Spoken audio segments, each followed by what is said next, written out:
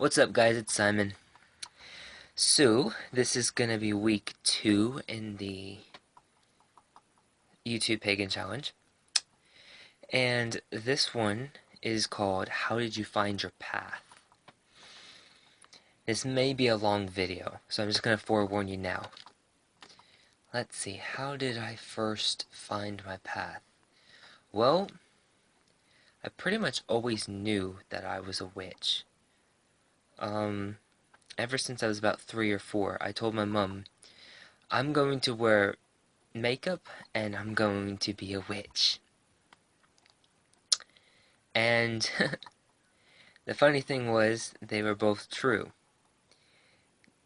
Now, what we didn't know is that makeup meant the overslept rocker look, like eyeliner and stuff like that.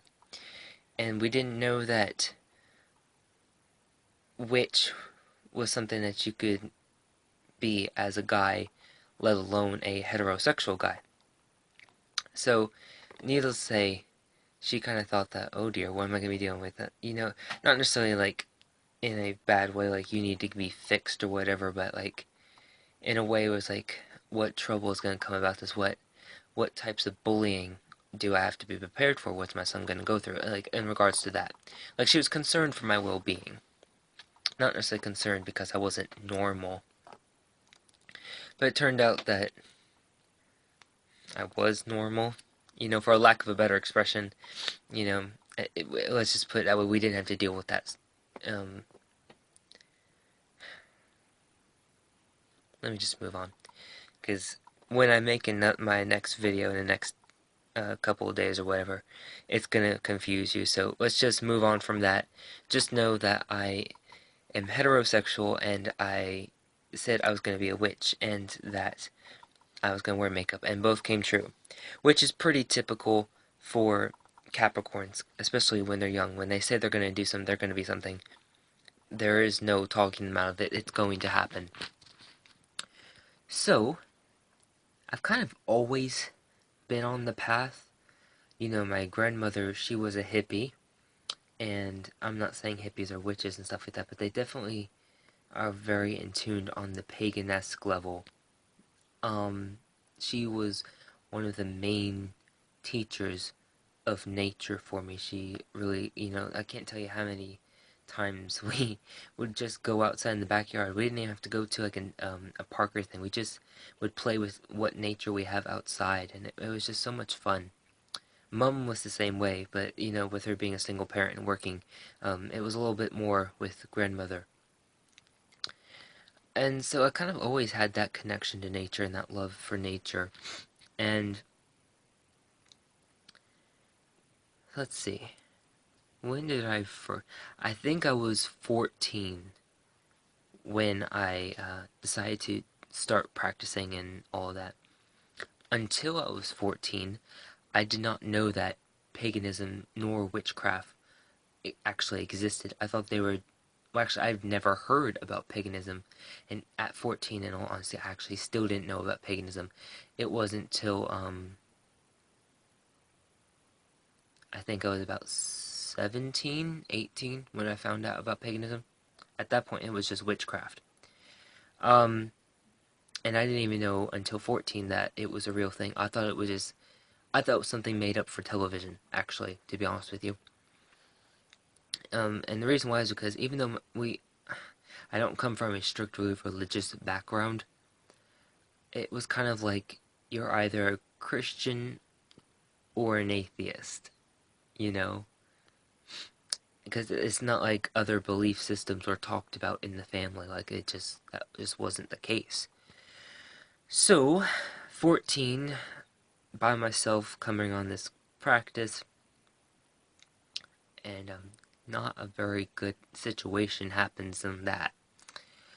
To cut a long story short, I practiced the craft without learning about protection, so I don't have any barriers put up. I don't have protective charms. I don't even like cast a circle when I'm doing so. Like I'm doing no means of protection whatsoever. And this is not like before we go into it, this story is not going to be like about thought forms or, oh, you went in with negative or fearful thoughts, so that's why you experienced what you experienced. I went in actually with ignorant thoughts. Like, I didn't know about the malevolent energies that could follow you and track your magical residue, which I still have to do. I haven't forgotten. I am going to do a magical residue video. I know that I've talked about it in another one before. Like I said, I haven't forgotten. I just haven't gotten into it yet. But so some malevolent energies came after me, and I got scared. Even though I was able to deal with them, I had some spiritual guidance that helped me get through it. I'm messing with my pendulum again, so if you see me looking down a lot, that's why. So I dealt with them accordingly, but I was still scared. I was like, okay, this is too much for me. So I tried to. Oh dear. It was very effective, but it just wasn't the right way to handle it. Let's put it that way. So I tried to strip my powers and erase my memory in that order, mind you. Okay. So honestly, you can't do both. To be, he just can't do both, because if you erase your memory, then you don't know you have the power to strip your power. And if you strip your powers, then you don't have the ability to erase your memory. So my ignorant self didn't know that, and I also want to inform you that the caster, the witch, whatever you call yourself, cannot, how do I say this, cannot completely and, what's the other word? You can't completely erase your own memory. And the reason why is because emotions are more powerful than intentions. And memories are attached with emotions. And so there's always going to be that ability to re-trigger the memory if you're trying to do it yourself. You're creating a memory by trying to erase your memory. When you're trying to do it yourself, you're creating that memory. So you essentially are like defeating the whole purpose of the spell. So even though you might be able to get some effectiveness out of it, it won't be as effective unless you have someone else erase your memory. Now, I'm going to continue on with my story, how it happened. So, like I said, I did in that order, stripping powers first and in memory, and they ended up counteracting, and this flash, blast, whatever, of energy happened right in my face, knocked my ass out for like, I'd say anywhere from 5 to 15 minutes. I wake up a little, you know, discombobulated. Got this weird, what I'm thinking, weird little notebook to the side of me. And I'm like, what the fuck is this? And so I just close it and go inside, thinking that I just laid down and fell asleep, with the sun on me or whatever. Not remembering that I cast a spell. And, so I go inside, and apparently I did not. I had gotten a little tarot set, not like a real witchy pagan nest looking like one. It was still a legit tarot. It had all the cards in it, but I got it from Barnes and Noble. Hello, baby. Um, Along with my crystal book. And since I erased my memory and all that, hello, baby. When I saw it, old thoughts came in to, since I was a Christian, I had gone to private school, 2 different private schools for my middle school years of schooling. The old thought patterns came in. It's like, oh my god, that's devil worship. So I immediately threw it away. And miraculously, I didn't throw away the crystal book because, to me it just looked pretty and informative. And, it was about nature, and I love nature. So, time goes on, and periodically, the memories come back. I still don't have the complete memory back. Um, and okay, baby, you're kind of in the way. And part of that is because I don't need it. It's not really important. Like, hello. Boop boop. And another reason why the memories were coming back is because the Fae were interacting with me, and I was like trying to shrug it off, basically cutting off my intuition and my psychic eye and all that, my intuitive eye, and really just trying to shut it all down. I'm trying to, be careful because she's decided to sit on my lap. Say hello, Shay. Hello, baby. Hi. Okay, so needless to say, it ends up coming back, and that's actually one of the reasons. What are you doing? One of the reasons why I had to do an awaken my magic spell, because I had to earn my magic back, because I disrespected it by trying to strip it and acting out of fear. I had to prove to the gods that I was worthy of my abilities again. Because I'm not gonna say why actually. Let's just say I had to earn them back. I had to earn my way back to the craft. And so time went by, and I never, until I did my awakening magic spell, which, when did I do that? Oh, how old was I? I think I was 20. I think. Maybe 19. I might have been 19. No, I was 20. That's right. Yeah, I was 20 when I did that. And ever since I did that, I've been becoming a much more powerful witch, much stronger in my practice, and it's just like advancing rapidly. Now, I am aware of that between 15 to 20, you have this, what's it called? I'm trying to think. It's kind of this dormant, magical dormant period where your powers can be a little haywire. They're kind of weaker. They don't seem to function the same, or you seem to be a little off in your readings. It's just not as fluid as it used to be.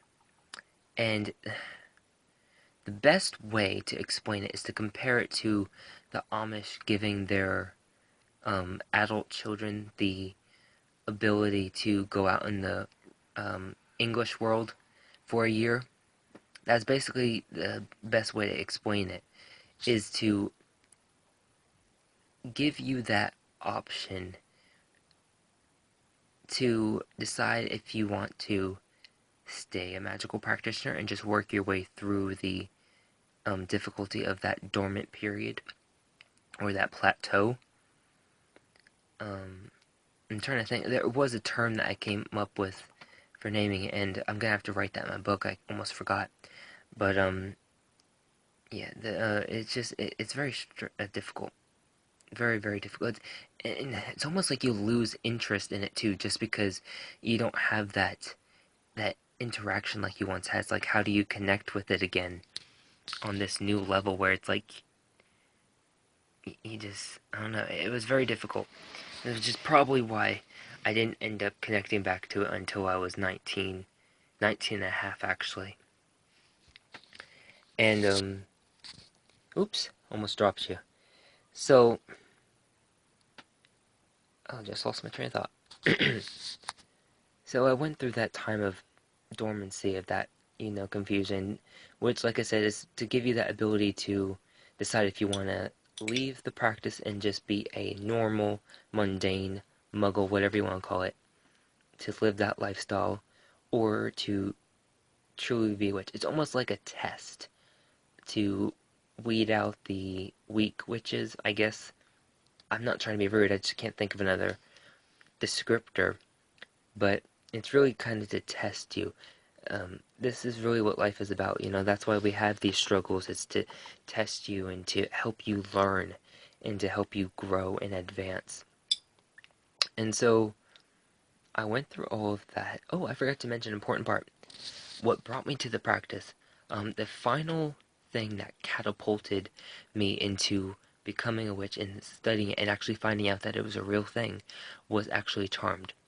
Um, at the time, I was 14 and I was really confused about my belief systems as a Christian. At that time, I thought I was gay, and I'm going to explain that in the next video that I make. It's going to be called My Gay Experience, and it's going to talk to you about the whole thing, the whole 9 yards, and then some, about why I thought I was that way, what I did, what happened, and how I came about realizing that I wasn't, and all that. So anyway, just know at this point that I'm thinking I'm gay, and I'm realizing that I've always been a witch. You know, I've always communed with spirits. I've always seen the Fae. All these things are supposedly not real. I've been doing all these things that are supposedly not real and that are against God. And knowing that this is in my nature, that this is just who I am, and realizing that I'm fucked either way to going to hell, I was like, I can't meet these standards. Being a Christian makes me feel like a piece of shit. And before I continue, I'm not trying to bash Christianity. I just personally had a bad experience with it because it's not my path. So, if you're a happy Christian, I am truly, truly, truly happy to hear that from you, and I want to hear that from you. It's just, it wasn't my path, and it made me miserable. It worsened my depression, actually, because I couldn't live up to those standards. You know, I couldn't live up to. I was a witch. I was a pagan. I was that at heart. I couldn't pretend that I didn't see and interact the energies that I did. I just couldn't do that. It hurt the energies feelings, and it hurt mine too. And so I just quit pretending and I renounced that belief system. And then I finally just said, I made a pact with the universal energy. At that time, I didn't call it the Black Madonna or God or anything. I just said, God, Almighty, Lord, Spirit, Universe, Cosmos, whatever you're called.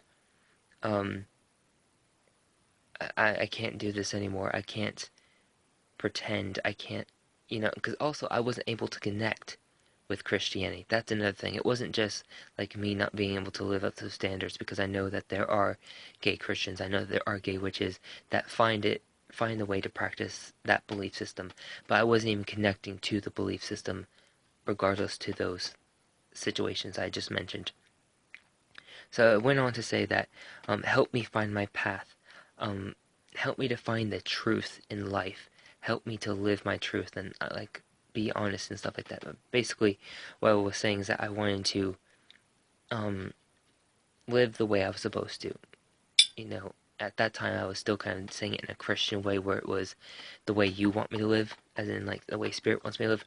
But basically, what I was saying is that I wanted to find honest, find the truth and live and walk in truth, and only truth.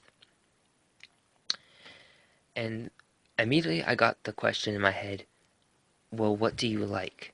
And then, so I asked myself that, and the first thing that popped up was Charmed. So I looked up Charmed, I think I typed in what's the religion in Charmed or something like that. And it talked about Wicca, and I was like, oh, okay, it's based on something. So I checked out, and it found out that it's a real thing. Oh my gosh, witches are real. And that's what catapulted the minor studies until I turned 19 and started doing my real studies and became the witch that I am today. So that's how I found my path, through the struggle of my depression, actually, and feeling inadequate, and basically realizing that I was not living my truth. I was not being honest with myself of who I was. I was trying to be something that I'm not because of what society deemed was appropriate. And when I walked away from those narrow-minded standards and asked myself what feels good, what is my truth, and asked for spiritual guidance on finding my truth and walking my truth, that's when I found happiness. So, for all of those who are in the closet, or whether that be gay, or whether that be pagan or witch, or whether that be Islam, or whatever it is, maybe you're transgender, maybe you're transsexual, maybe you're transvestite, um, maybe you're, maybe you're whatever you are. Let's just put it that way. You are who you are. You have to be who you are. You have to speak with integrity. You have to walk with honesty. And you have to live your truth. You just have to. That's the only way to truly be happy. And you can't let what other people say dictate your happiness. You can't let what other people say, prevent you from being happy and living your truth. So, I hope that you